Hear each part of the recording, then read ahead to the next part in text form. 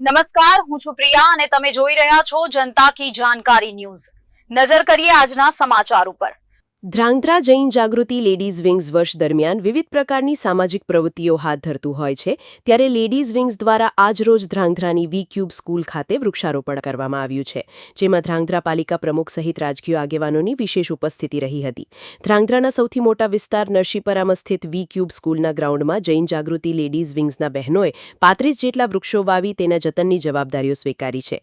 વી cube સ્કૂલના dance teacher તેમજ જૈન જાગૃતિ ladies વિંગ્સના સભ્ય મૈત્રી ગાંધીનો આજે જન્મદિવસ હોવાથી સ્કૂલ પ્રાંગણમાં જન્મદિવસ ઉજવીને સ્કૂલના ગ્રાઉન્ડમાં 35 અલગ અલગ પ્રકારના વૃક્ષો વાવવામાં આવ્યા છે। ધ્રાંગધ્રા પાલિકા પ્રમુખ કુલદીપસિંહ ઝાલા, શહેર ભાજપ પ્રમુખ નિશાંતભાઈ પ્રજાપતિ સહિત રાજકીય આગેવાનોની ખાસ ઉપસ્થિતિમાં એક પેડ માં કે નામ થીમ અંતર્ગત વિદ્યાર્થીઓને વધુ વૃક્ષ વાવવા પ્રોત્સાહિત કરવામાં આવ્યા હતા।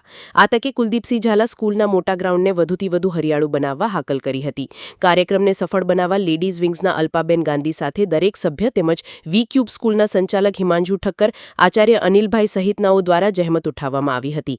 રિપોર્ટ હિતેશ રાજપરા, ધ્રાંગધ્રા, સુરેન્દ્રનગર।